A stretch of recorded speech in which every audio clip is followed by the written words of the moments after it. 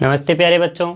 आज और अपन एक नए पेपर के साथ आपके सामने हाजिर है और देवश्री विद्याश्रम की ऑनलाइन क्लासेज में हम आपका हार्दिक स्वागत करते हैं।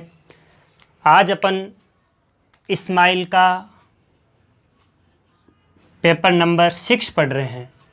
इससे पहले अपन 5 पेपर पढ़ चुके हैं। 5 पेपर पढ़ चुके हैं बच्चों।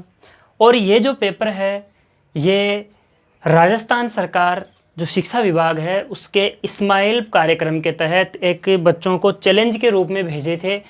तो मैंने सोचा कि बच्चे इनको पढ़ रहे हैं, कई प्रश्नों के उत्तर उनको नहीं भी समझ में आ रहे हैं, नहीं मिल रहे हैं, तो क्यों ना अपन इनको इनके माध्यम से बच्चों का रिवीजन करवाएं। इस माध्यम से हमने ये आपके सामने प्रस्तुत किया है। अब इसका हमें रेस्पॉन्स भी खूब मिल रहा है। कई बच्चे इसको देख रहे हैं पूरा, लेकिन कई बच्चे क्या कर रहे हैं, शुरू के 2 प्रश्न देख के और वहीं रुक जाते हैं, जिससे क्या होता है 2 प्रश्न तो उनको आ गए लेकिन आगे वाले प्रश्न उनको नहीं आते।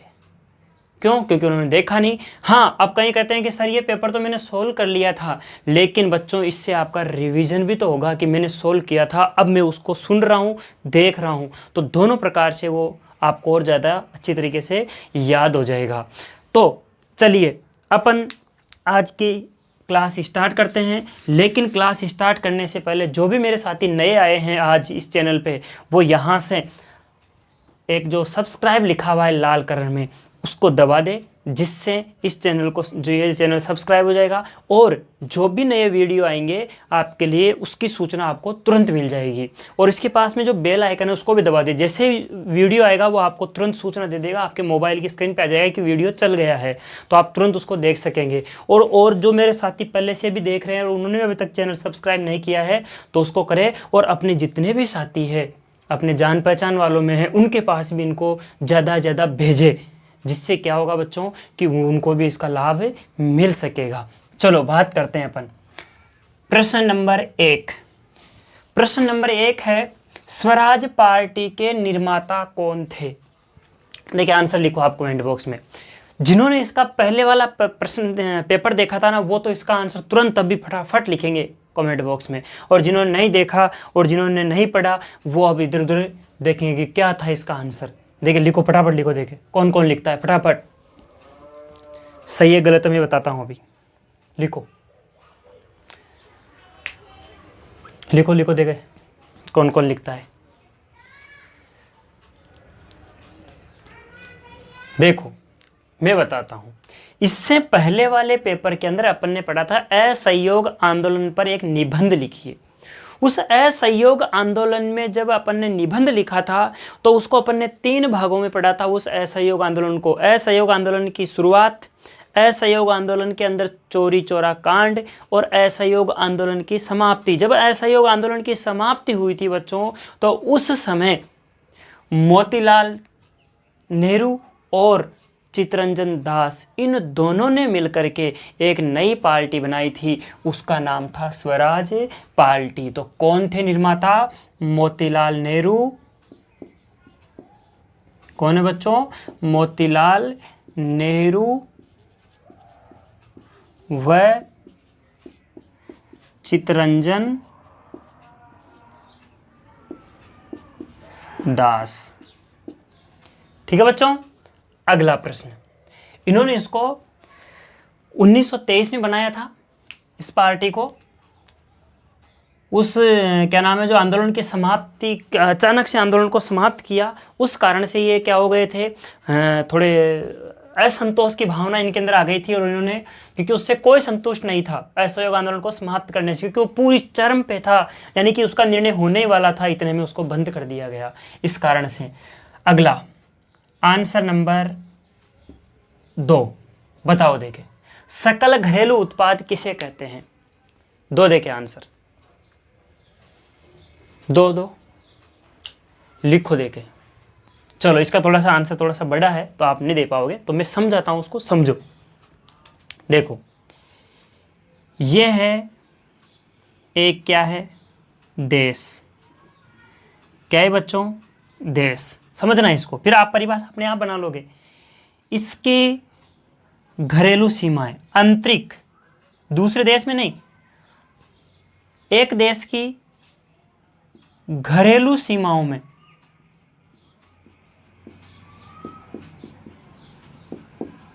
किसमें बच्चों? घरेलू सीमाओं में कब तक? एक वर्ष में, एक वर्ष में, एक देश में उसकी घरेलू सीमाओं के अंदर एक वर्ष में समस्त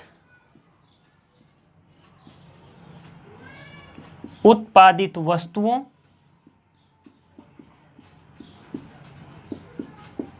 व सेवाओं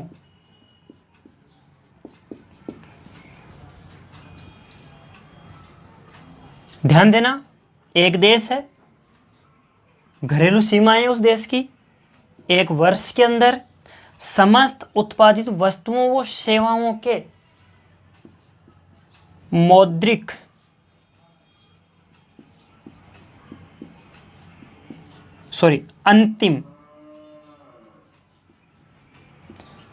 अंतरिम मौद्रिक मूल्यों का योग क्या कहलाता है बच्चों? सकल घरेलू उत्पाद। ध्यान देना, क्या बताया है? एक देश है, उस देश की अंदर की सीमाएं अन्य देश के अंदर अंदर एक वर्ष के अंदर समस्त उत्पादित वस्तुएं हो, या तो कोई भी उत्पादित वस्तु, जैसे मार्केट मान लो, ये बोर्ड ही मान लो, और सेवाएं, जैसे मैं सेवा दे रहा हूँ, पढ़ा रहा हूँ आपको, ये सेवा ही तो है, इसका भी मुझे मूल्य तो मिलता है। ये मार्कर लेके आया था, इसका भी मूल्य दे के आया हूँ, और हमें भी पढ़ा रहा हूँ तो उसका भी मूल्य दे मिलेगा।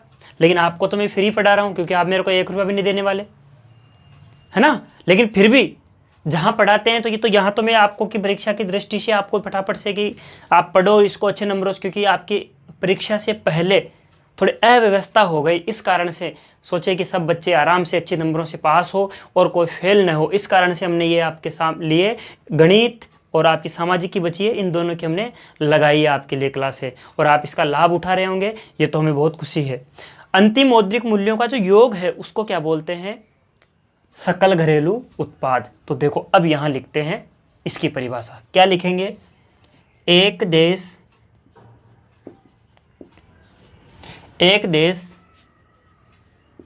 की घरेलू सीमाओं में एक वर्ष में एक देश की घरेलू सीमाओं में एक वर्ष में समस्त उत्पादित वस्तुओं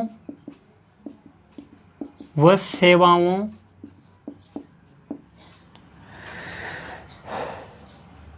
के अंतिम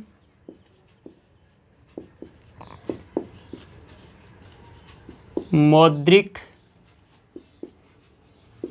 मूल्यों का योग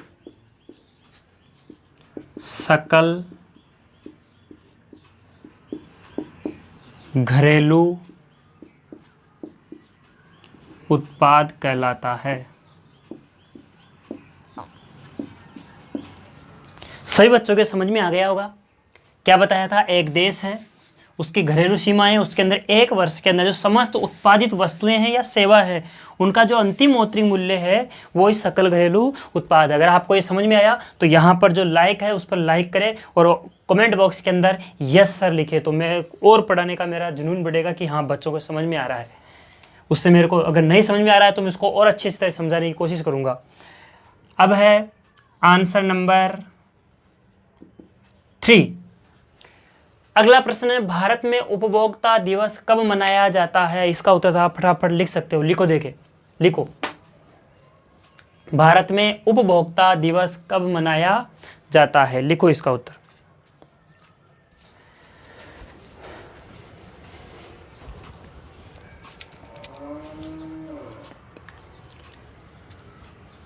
चलो देखो, अब देखो आंसर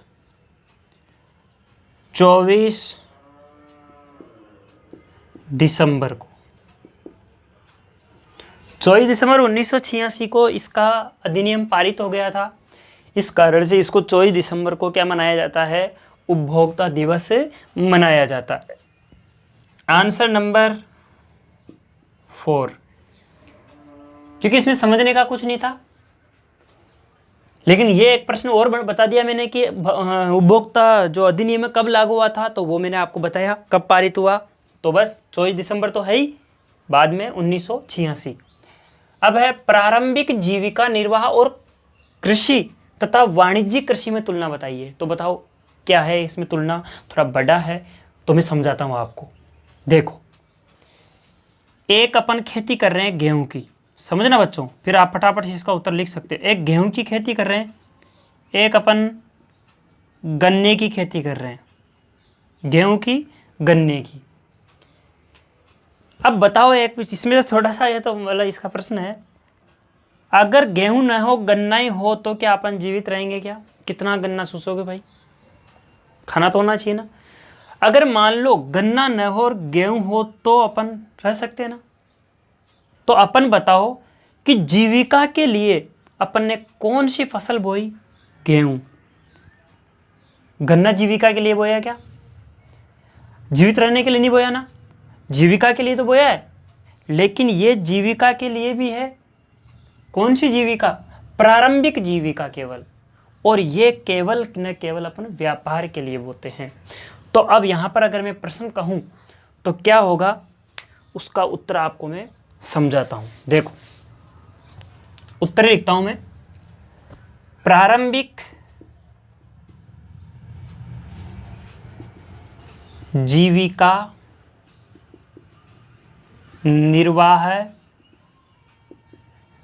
कृषि में, अभी मैं समझाता हूं आपको, कृषि में कृषक परंपरागत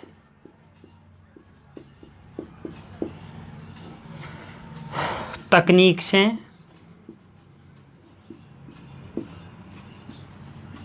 अपनी उदर पूर्ति के लिए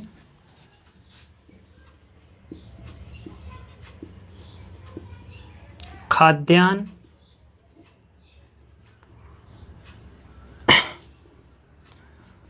उगाता है,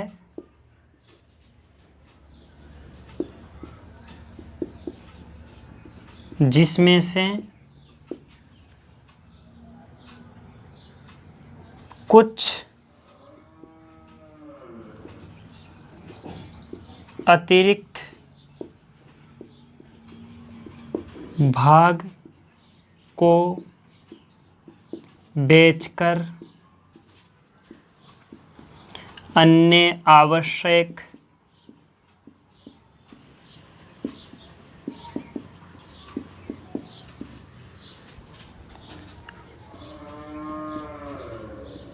खरीदता है। जबकि जो वाणिज्यिक कृषि है, वाणिज्यिक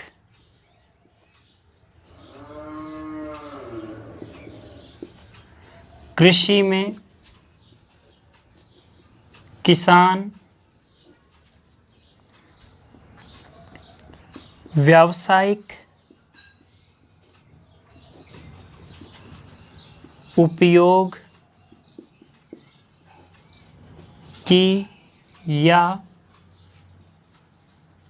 उद्योगों में कच्चे माल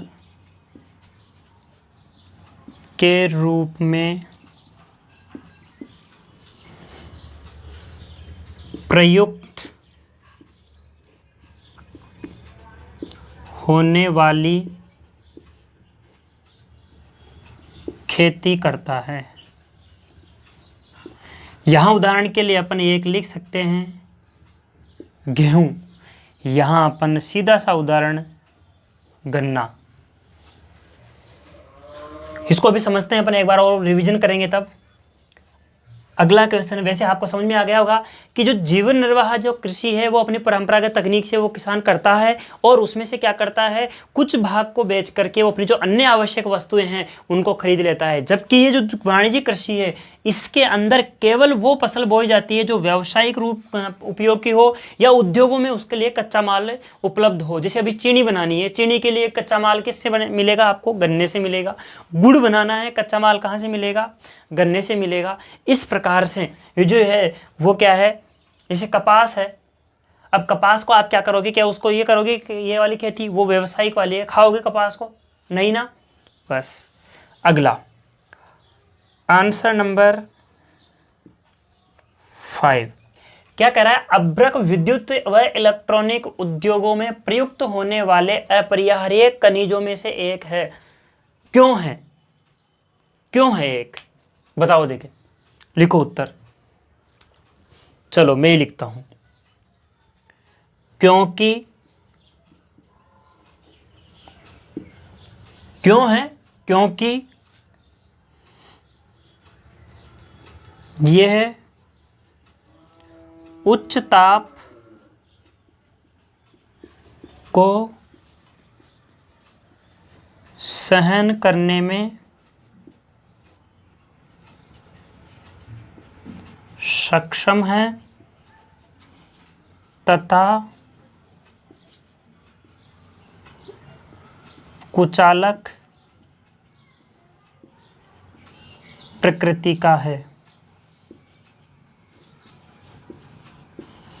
कैसा है, एक तो उच्च ताप को सहन करता है और दूसरा ये कुचालक प्रकृति का है। तो फिर तो आपको पता है विद्युत के जो है, विद्युत यानी कि बिजली और उससे बने सामानों के लिए, उससे संबंधित जो उद्योग है, बिजली से संबंधित जो उद्योग है उनके लिए है।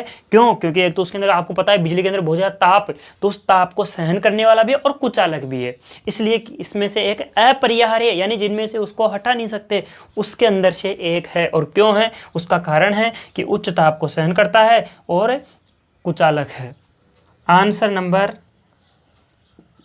6 क्या कह रहा है, संघीय शासन घटित करने के 2 विभिन्न तरीकों को बताइए। बच्चों देखो समझो पहले थोड़ा सा, संघीय, संघीय का मतलब संघ, एक समूह। अब समूह का शासन करने के कोई तरीके बताइए। अब कौन से तरीके हैं तो देखते हैं। एक तो अपन जैसे भारत को ले लेते हैं, एक संयुक्त राज्य अमेरिका। भारत के अंदर किनका संघ है भाई, देखिए बताओ किसका संघ है, फटाफट से कमेंट बॉक्स में लिख दो किनका संघ है। भारत में किनका संघ है, भारत में भी संघीय शासन है, किनका संघ है, लिखो दे कमेंट में। राज्यों का संघ है। किनका संघ है, राज्यों का संघ है। तो अब 2 प्रकार के शासन हो गए संघीय शासन। कैसे, पहला जो शासन हो गया वो शासन तो हो गया कि अनेक जो स्वतंत्र राष्ट्र है वो एक साथ आकर शासन के एक होकर क्या करे, शासन करे। अनेक जो स्वतंत्र राष्ट्र है वो एक साथ मिलकर क्या करे, शासन करना शुरू कर दे, जैसे संयुक्त राज्य अमेरिका। और एक ऐसा जो एक ही राष्ट्र के अंदर राज्यों और देश यानी कि राज्यों और केंद्र में शासन का बंटवारा करके जब शासन किया जाता है तो वो एक राष्ट्र के अंदर शासन हो गया और एक अनेक स्वतंत्र राष्ट्रों के बीच संघीय शासन हो गया। समझ में आई। चलो उसका उत्तर लिखते हैं अब। तो संघीय शासन के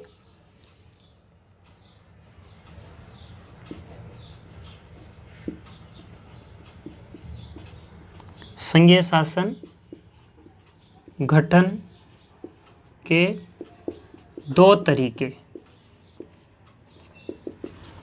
पहला,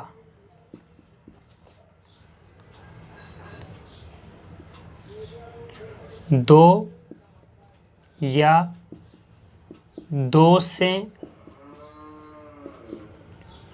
अधिक स्वतंत्र राष्ट्र साथ मिलकर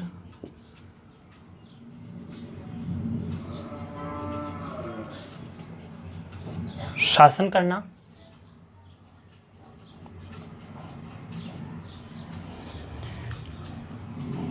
जैसे उदाहरण के लिए लिख लेते हैं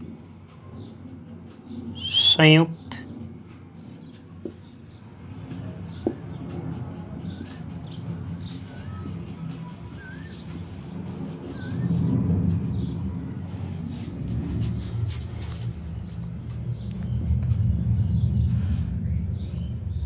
एक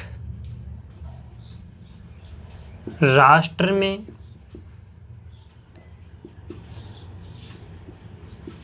राष्ट्र व राज्यों के बीच शासन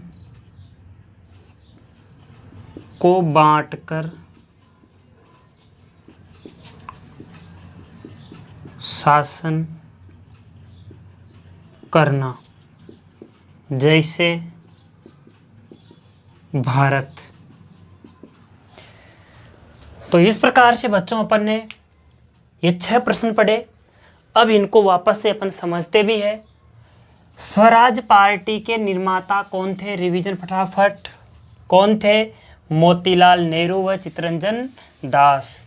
सकल घरेलू उत्पाद किसे कहते हैं?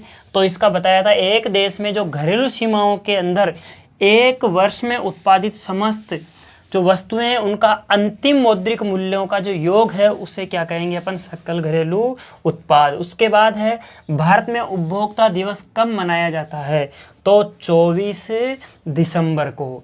प्रारंभिक जीविका निर्वाह कृषि तथा वाणिज्यिक कृषि की तुलना कीजिए। तो बच्चों जो प्रारंभिक जीविका निर्वाह कृषि में तो क्या होता है कि किसान परंपरागत तकनीक से केवल अपनी पेट पूर्ति के लिए, अपने जीवन को चलाने के लिए ही क्या करता है? कृषि करता है, यानी खेती करता है, जिसमें कुछ अतिरिक्त भाग को बेच करके अन्य वस्तुएं खरीदता है। जबकि वाणिज्यिक कृषि के अंदर किसान क्या करता है? व्यावसायिक उपयोग व कच्चे माल के रूप में प्रयुक्त होने वाली खेती करता है, जिसका अपन गन्ना भी ले सकते हैं। अभ्रक विद्युत इलेक्ट्रॉनिक उद्योग प्रयुक्त होने वाले खनिजों में से एक है। क्यों? क्योंकि ये क्या करता है? ये उच्च ताप को सहन करने में सक्षम है तथा कुचालक प्रकृति का है। अगला प्रश्न देखते हैं। प्रश्न नंबर 7। छिपी बेरोजगारी से क्या अभिप्राय है? इसे कम करने के लिए 4 सुझाव दीजिए। देखो बच्चों, थोड़ा समझते हैं अपन कि बेरोजगारी का मतलब है कि हमें कोई काम नहीं मिलना। हम निठल्ले होकर बैठे रहते हैं, घर में बैठे रहते हैं, काम नहीं करते, कहते हैं ना बेरोजगार है। कोई अपनी आजीविका चलाने का कोई साधन नहीं हो, उसके लिए अपनी आजीविका चलाने के लिए अपने पास कोई भी इनकम नहीं हो रही हो, तो हम क्या कहलाते हैं? बेरोजगार कहलाते हैं। तो अब ये कैसी बेरोजगारी है? छिपी बेरोजगारी है। अब छिपी बेरोजगारी क्या है बच्चों? देखो समझाता हूँ, इधर ध्यान देना सभी। ये एक खेत है। क्या ये खेत है? इस खेत के अंदर 5 जने, कितने जने बच्चों? 5 जने अगर काम करें, यानी 5 व्यक्ति काम करें। कितने व्यक्ति? अगर इस खेत के अंदर 5 व्यक्ति काम करें तो उनके लिए अच्छा रोजगार भी हो जाए और उनकी जो आजीविका है वो भी अच्छे से चल सके। लेकिन इसी खेत में 10 जने काम कर रहे हैं। कितने? 10 व्यक्ति। और इसी खेत में मान लो 15 जने काम कर रहे हैं और इसी खेत में मान लो 2 जने काम कर रहे हैं। तो ध्यान देना बच्चों, अगर 2 जने, खेत है कितने व्यक्तियों का? 5 का। कितने व्यक्तियों का है? 5 जनों का, यानी 5 जने उसमें करें तो उनकी अच्छे से आजीविका चली जाए। यानी कि बेरोजगार वाला व्यक्ति वो है जो अपनी आजीविका, अपने जो मूलभूत आवश्यकताएं हैं उनको अच्छी तरीके से पूरी कर सके, वो रोजगार वाला है। और जो अपनी मूलभूत आवश्यकताओं के लिए भी तरस रहा है, उनको भी वो पूर्ण नहीं कर पा रहा है, मतलब वो बेरोजगार है। तो इस खेत में अगर 5 व्यक्ति काम करें तो अपनी मूलभूत जो आवश्यकता है, रोटी कपड़ा मकान, उनको अच्छी तरीके से ले रहा है, तो वो 5 व्यक्ति ले सकते हैं जब इस खेत में काम करें। लेकिन अगर अब इस खेत के अंदर 10 काम कर रहे हैं तो वो अपन को काम करते हुए तो दिख रहे हैं। इस खेत में 5 काम कर रहे हैं, जो भी अपन को दिख रहे हैं वह काम कर रहे हैं। 10 व्यक्ति काम कर रहे हैं तो भी दिख रहा है कि काम कर रहे हैं। 15 व्यक्ति काम कर रहे हैं तो भी अपन को क्या दिख रहा है? कि काम कर रहे हैं, लेकिन 5 तक थे तब तो वो रोजगार था। बाकी अगर अब ये 15 जने काम कर रहे हैं तो इसमें से जो 10 व्यक्ति है वो छिपे बेरोजगार है। कैसे है? छिपे बेरोजगार। क्यों? वो काम तो कर रहे हैं, लेकिन जब इसका कुल उत्पादन हो रहा है तो उनमें इनका कोई योगदान नजर नहीं आ रहा है। क्योंकि 5 व्यक्ति काम कर रहे थे तब भी मान सकते हैं कि इसमें 10 क्विंटल यानी कि 5 क्विंटल हो रहा है। कितना बच्चों? 5 क्विंटल हो रहा है। 5 व्यक्ति काम कर रहे हैं, 15 कर रहे हैं, तब भी उत्पादन कितना हो रहा है? 5 क्विंटल। तो फिर बताओ, देखिए इनका क्या योगदान है? कोई योगदान नहीं है। अतः ये 10 जने थे, अगर 15 काम कर रहे हैं तो जो 10 जने हैं वो कौन है? छिपे बेरोजगार है। तो क्या परिभाषा बनी? देखो, बेरोजगारी में, कैसी बेरोजगारी में? छिपी या प्रच्छन्न बेरोजगारी में व्यक्ति रोजगार में तो संलग्न दिखाई देता है। जैसे मैंने कहा, इसमें 5 व्यक्ति काम कर रहे हैं तो भी दिख रहा है भाई रोजगार। अरे अपन जा रहे हैं खेत में काम कर रहे हैं, 15 जने काम कर रहे हैं और सब काम कर रहे हैं, 5 काम कर रहे हैं, अच्छा सब काम कर रहे हैं। तो क्या कह रहा है कि व्यक्ति जो है वो काम करता हुआ तो दिखाई देता है, हमें रोजगार में लगा हुआ तो दिखाई देता है, लेकिन जब कुल उत्पादन होता है तो उसमें उसका योगदान नगण्य होता है। यानी कि काम करता हुआ तो दिख रहा है, यानी कि छिपी बेरोजगारी में व्यक्ति रोजगार में तो संलग्न दिखता है, लेकिन जब उसका कुल उत्पादन होता है तो उसमें उसका कोई हिस्सा नहीं होता। यानी कि उसमें योगदान में जो उसका उत्पादन जो हुआ है उसमें जो उसका योगदान है नगण्य, नगण्य मतलब न का बराबर है। अतः वे कौन से बेरोजगार कहलाते हैं? छिपे बेरोजगार, यानी छिपी बेरोजगारी है। तो समझ गए होंगे बच्चों कि जब कोई व्यक्ति रोजगार में संलग्न तो दिखाई देता है, लेकिन जब उसका उत्पादन आता है उसमें उसका योगदान नहीं होता, तो वह छिपी बेरोजगारी कहलाती है। अब इसको कम करने के लिए क्या करें? तो कम करने के लिए तो बच्चों सबसे पहला काम है, जो शिक्षा है वो रोजगार परक होनी चाहिए। ऐसा नहीं कि अभी परीक्षा आई और 2 पेज पढ़ लिए और परीक्षा दे के आ गए, पास हो गए तो ठीक, नहीं हुए तो ठीक। हमें शिक्षा दी जानी चाहिए रोजगार परक, व्यवहारिक शिक्षा दी जानी चाहिए। जैसे ही अपन लायक हो, हम किसी काम को कर सकने में समर्थ हो जाए, तो अपन क्या करेंगे? उसके कुछ सुझाव लिखेंगे। तो पहला तो है कि सरकार द्वारा चलाए जा रहे मजदूरी व स्वरोजगार कार्यक्रमों में उचित समन्वय हो। सरकार बहुत सारे योजनाएं चलाती है, बहुत सारे रोजगार के कार्यक्रम चलाती है। उन रोजगार कार्यक्रमों में क्या होना चाहिए? समन्वय होना चाहिए। समन्वय का मतलब क्या है बच्चों? कि सबको बराबर उसमें हिस्सा देना चाहिए। ऐसा नहीं भाई भतीजावाद नहीं होना चाहिए कि मान लो उस योजना का मुझे पता है और मैं किसी उच्च पद पर हूँ तो मेरे साथ जानवर कार्य वालों को सबको दे दिया, जो जिसको रोजगार की ज़रूरत है वो रह गया, जिसको रोजगार था उसको और बढ़िया रोजगार मिल गया। तो क्या कह रहा है कि जो सरकार द्वारा चलाए जा रहे या मजदूरी या स्वरोजगार कार्यक्रम है उनमें उचित समन्वय हो, पहला। दूसरा, शिक्षा जो हो वो कैसी हो बच्चों? रोजगार परक होनी चाहिए, रोजगार वाली होनी चाहिए शिक्षा।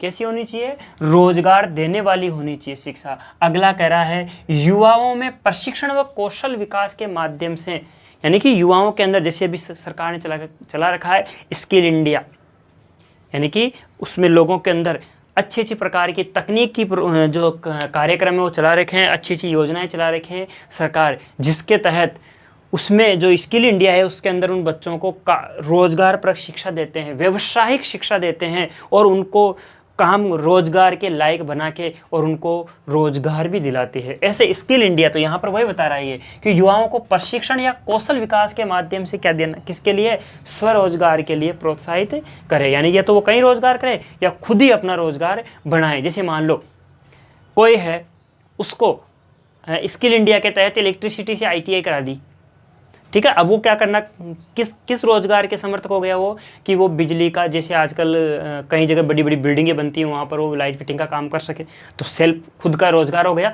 इस प्रकार से तो उसके यानी कि युवाओं को प्रशिक्षण व कौशल विकास से क्या करना चाहिए? प्रोत्साहित करना चाहिए। दूसरा, विकास के साथ साथ कृषि से मुक्त होने वाले आधिक्य, यानी कि जब विकास हो रहा है तो जो कृषि से जो ज़्यादा जनसंख्या वृद्धि भी हो रही है और खेत तो उतना ही है भाई, खेत ज़्यादा थोड़ी बढ़ेगा, जनसंख्या बढ़ रही है। तो जब वो जो खेती से जो मुक्त हो रहे हैं, कृषि से जो मुक्त हो रहे हैं, यानी बच रहे हैं, जैसे मैंने अभी कहा था 5 जनों की जरूरत है, ये 10 जने अलग हो रहे हैं, तो इनके लिए क्या हो, रोजगार की जो वृद्धि दर है वो बढ़े, जिनसे इनको क्या मिले, रोजगार मिले, यानी रोजगार के जो उद्योग है उन उद्योगों में की वृद्धि दर तेज हो, जिनसे इनको क्या मिल सके, रोजगार मिल सके। तो ये तो अपना प्रश्न था बच्चों, कौन सा, 7वां, जिसमें था कि छिपी रोजगारी किसे कहते हैं, और इसको 4 इसके सुझाव दीजिए जिनसे इसको कम कर सके। तो अपन ने सुझाव दे दिए, एक बार और रिवीजन करेंगे इनका, लेकिन अब अगले प्रश्न को देख लेते हैं एक बार। सूचना पाने का अधिकार क्या है और इसके भी 4 लाभ बताइए। तो सूचना पाने का अधिकार, पहले देखो सूचना पाने का मतलब अपन कहीं से भी अपनी सूचना प्राप्त कर सके। तो क्या हुआ बच्चों, जून 2005 में लोकसभा से यह विधेयक पारित हुआ और अक्टूबर 2005 के अंदर, यानी 13 अक्टूबर 2005 के अंदर ये पूरे देश में सूचना का अधिकार क्या हो गया बच्चों, लागू हो गया। और इस सूचना का अधिकार का क्या मतलब था कि कोई भी नागरिक, सूचना के अधिकार 2005 के तहत कोई भी नागरिक केंद्र या राज्य सरकार के किसी भी विभाग या कार्यालय से सूचना प्राप्त कर सकता है। क्या कर सकता है बच्चों, सूचना प्राप्त कर सकता है। कहां से, कि केंद्र सरकार हो या राज्य सरकार हो, उसका कोई भी विभाग हो या क्या नाम है जो इसके अंतर्गत आते हो, उसके कोई सा विभाग हो या कोई सा भी कार्यालय हो, वहां से सूचना प्राप्त कर सकता है। सूचना प्राप्त तो कर ही सकता है, साथ में अगर इसको किसी प्रमाणित प्रतिलिपि की जरूरत है तो वो भी वो वहां से मांग सकता है। किसके तहत, सूचना के अधिकार के तहत। तो देखो यहाँ पर क्या परिभाषा लिखी है अपन ने उसकी, सूचना का अधिकार 2005 देश के प्रत्येक नागरिक को अधिकार देता है कि वह केंद्र या राज्य सरकार के किसी विभाग या कार्यालय से सूचना प्राप्त कर सकता है, वो रिकॉर्ड देख सकता है। वही बात है, सूचना प्राप्त या रिकॉर्ड देख सकता है कि ये, जैसे मान लो कोई जगह अपन नरेगा को ले लेते हैं, नरेगा का कार्य चल रहा है, वहाँ पर मेरा नाम नहीं, कई बार नहीं आया नरेगा की लिस्ट के अंदर, जो 100 दिन का रोजगार मिलता है उसमें मेरा नाम नहीं आ रहा कई दिनों से।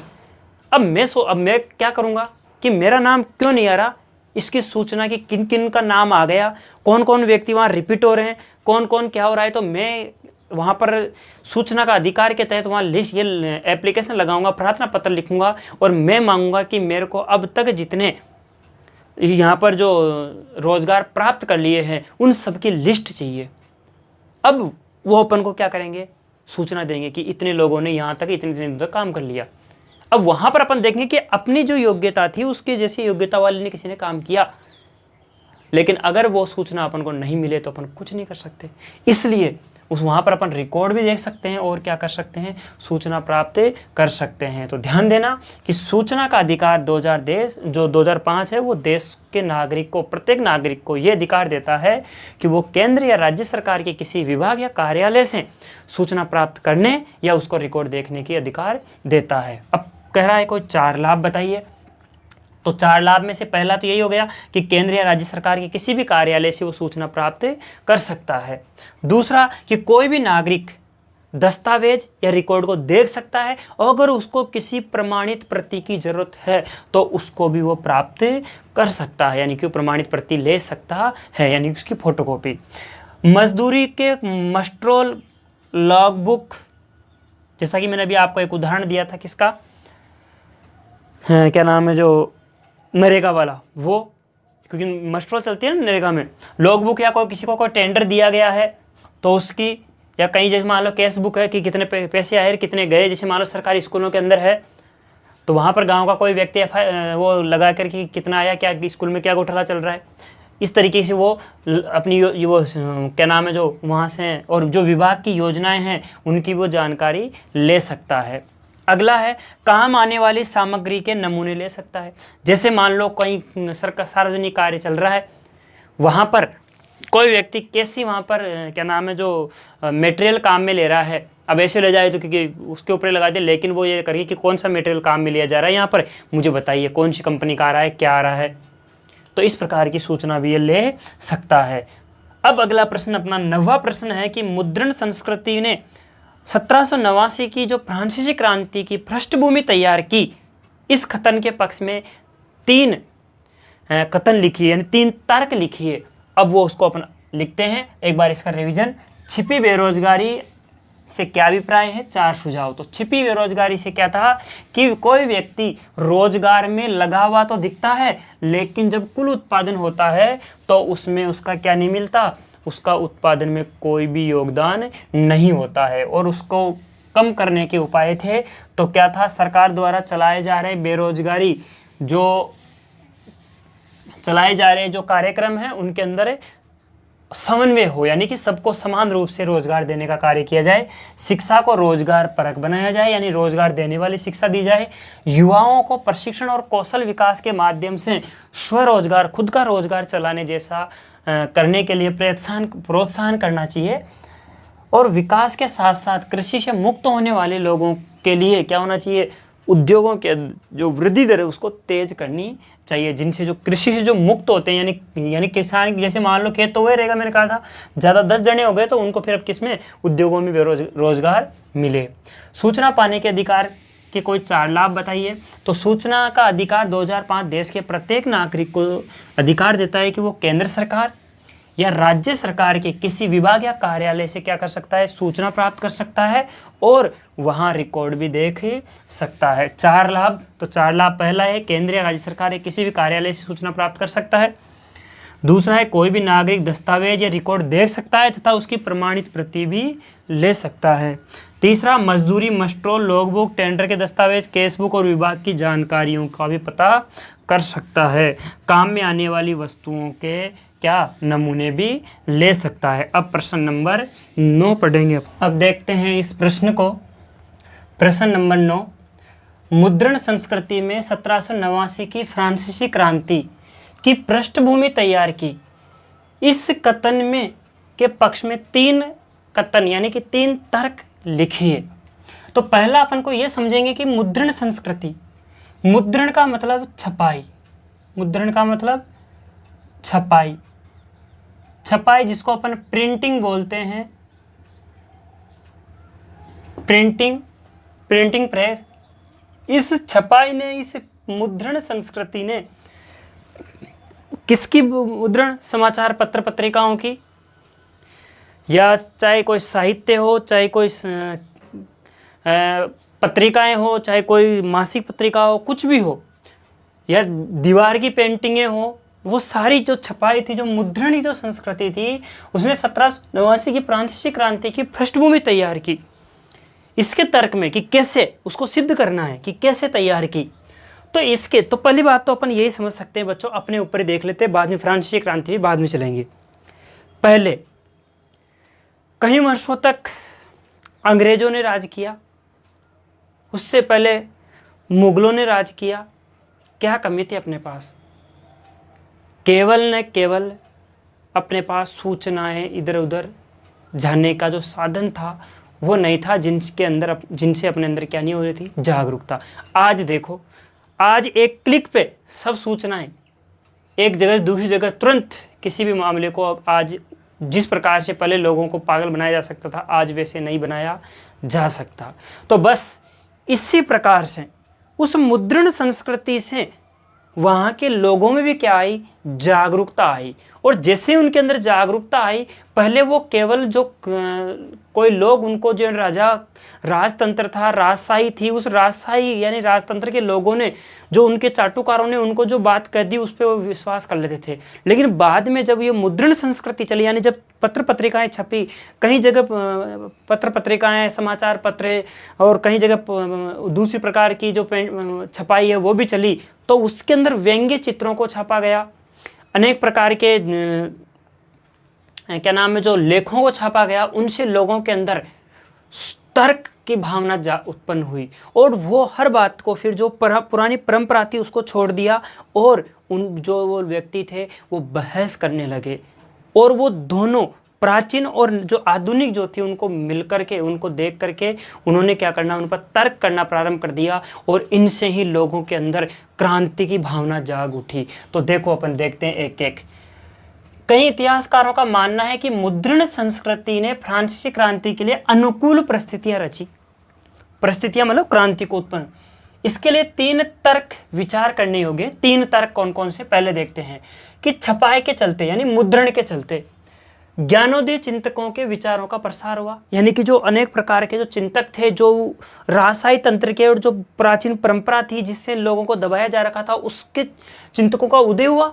और उनके लेखन में कुल मिलाकर परंपरा, अंधकार और निर्कुंशवाद की आलोचना की उन्होंने मुद्रण में, यानी कि उन्होंने अपने पत्र पत्रिकाओं के माध्यम से उनकी सबकी जो परंपरा थी, जो अंधकार था और जो निर्कुंशता थी, उनका क्या कि उन्होंने आलोचना की। जब आलोचना की तो उन्होंने रीति रिवाजों की जगह किसका, विवेक पर, शासन पर बल दिया, यानी कि पुराने रीति रिवाजों को नहीं, विवेक, सोचो, बुद्धि के बल पर उन्होंने क्या कर दिया, उस पर दिया। और मांग की कि हर चीज को तर्क के कसौटी पर कसा जाए, यानी कि हर कार्य को, हर जो चीज है उसको तर्क की कसौटी पे कसा जाए, यानी उसको तर्क करके फिर उसको सही माना जाए। उन्होंने चर्च की जो धार्मिक व राज्य की जो निर्कुंशता थी उस सत्ता पर प्रहार करके और परंपरा पर आधारित जो सामाजिक व्यवस्था थी उसको दुर्बल कर दिया, यानी कि जो धार्मिक धर्मांधता थी उस पर और जो निर्कुंश सत्ता थी उस पर उन्होंने प्रहार किया। वाल्ते और रूसो के लेखकों का व्यापक वर्ग था, अतः उनके पाठक नए और आलोचना और सवालिया और वाल्ते नजरिए से दुनिया को देखने लगे, यानी कि जब किसी चीज़ को ऊपर कुछ नहीं जानते तब अपने पास सवाल नहीं आते, लेकिन किसी चीज़ को जानने लगते हैं तो कई प्रकार के प्रश्न मन में आते हैं। और अब इस प्रकार से उस मुद्रण यानी कि छपाई से, उन पत्र पत्रिकाओं के माध्यम से, उन साहित्य के माध्यम से लोगों के अंदर कई सवाल मन में उत्पन्न हो गए और उनको जानने की उनके अंदर जिज्ञासा उत्पन्न हो गई। और जिज्ञासा उत्पन्न होने लग गई तो वो ज़्यादा से ज़्यादा साहित्य को पढ़ने लगे और इनकी मांग करने लगे। और हर चीज़ को, रीति रिवाजों को छोड़ करके किस पर, विवेक पर ध्यान देने लग गए, यानी कि हर चीज़ को तर्क की कसौटी पर कसने लग गए। तो पहला कारण तो ये था, यानी कि पहली जो अनुकूल परिस्थिति बनाने में जो 1779 की जो फ्रांसीसी क्रांति थी उसका पहला तो ये तर्क था। दूसरा तर्क कि जो छपाई थी यानी मुद्रण, इसने वाद विवाद की नई संस्कृति को जन्म दिया। वाद विवाद, मैंने भी कहा, मन में प्रश्न उठेंगे तो वाद विवाद भी होगा। तो बस सारे पुराने मूल्य, संस्थाओं और कायदों को आम जनता के बीच बहस का मुद्दा बना दिया उन्होंने और पुनर्मूल्यांकन का सिलसिला शुरू हो गया। यानी जो प्राचीन थी और पहले प्राचीन परंपरा थी, अब नई उन साहित्यों को, नई मुद्रण उनको देख करके लोगों के मन में जिज्ञासाएं होने लगी। आगे लिखा, पुनर्मूल्यांकन का सिलसिला शुरू। तर्क से परिचित यह नई पब्लिक धर्म व आस्था को प्रश्नांकित कर मोल समझ चुकी थी, यानी कि उस धर्म की जो वह आस्था थी उसको प्रश्नांकित करने लगे कि ऐसा था या ऐसा था। तो उसको इस तरह सार्वजनिक दुनिया से सामाजिक क्रांति के नए विचारों का सूत्रपात हो गया, यानी जो सामाजिक जो दुनिया थी उनकी, जो एक समाज के अंदर संकुचित थे, उनके अंदर एक अब क्रांति का विचारों का सूत्रपात हो गया। और तीसरा जो विचार था वो है 1780 के दशक तक राजशाही और उसकी नैतिकता थी उसके मजाक उड़ाने वाले, यानी कि उनके जो धार्मिक जो रीति रिवाज थे। देखो, संस्कृति सबकी होती है, लेकिन उस संस्कृति में अगर कुछ बदलाव करके अगर कोई सही जगह पहुंचा जा सके तो उसको बदल लेना चाहिए, लेकिन उसी के ऊपर भड़के रहे। तो उस कारण से क्या हुआ कि उनके मजाक उड़ाने वाले कई साहित्यों का ढेर लग चुका था, कई साहित्य छप चुके थे। किसके तहत? मुद्रण संस्कृति की इस क्रांति के तहत। और इस प्रक्रिया में सामाजिक व्यवस्था को लेकर तमाम सवाल खड़े हुए। कार्टूनों और कैरिकेचरों यानी कि व्यंग्य चित्रों में यह भाव उभरता था कि जनता तो मुश्किल में फंसी है, जबकि राजा भोगशाही यानी कि राजा क्या कर रहा है? भोग विलास में डूबा हुआ है, यानी कि राजशाही तो भोग विलास में और जनता परेशान है। और बस भूमिगत घूमने वाले इस साहित्य ने लोगों को राजतंत्र के खिलाफ क्या कर दिया? भड़का दिया। और इससे क्या, किसकी रूपरेखा बन गई, किसका जो पृष्ठभूमि थी वो बन गई? 1789 की फ्रांसीसी क्रांति की। तो इस प्रकार अपन कह सकते हैं कि प्रत्यक्ष तो न, लेकिन अप्रत्यक्ष रूप से इस फ्रांसीसी क्रांति की जो पृष्ठभूमि थी वो कहीं ना कहीं किसने? मुद्रण संस्कृति ने बनाई है। तो बच्चों, अपन आगे कल एक नए पेपर के साथ हाजिर होंगे। वैसे इसमें क्वेश्चन नंबर 10 और है, जिनके लिए मैंने आपको कहा था मानचित्र है, और मानचित्र अपन एक साथ पढ़ेंगे। ठीक है बच्चों, तो अब अगले पेपर में अपन फिर अगले प्रश्नों के साथ हाजिर होंगे। जब तक के लिए जय हिंद, जय भारत। और इसको ज़्यादा से ज़्यादा अपने साथियों के पास भेजें और पूरा वीडियो देखें। आप लास्ट का देख लेते हो या शुरू का देख लेते हो, पूरा वीडियो देखें बच्चों। Thank you.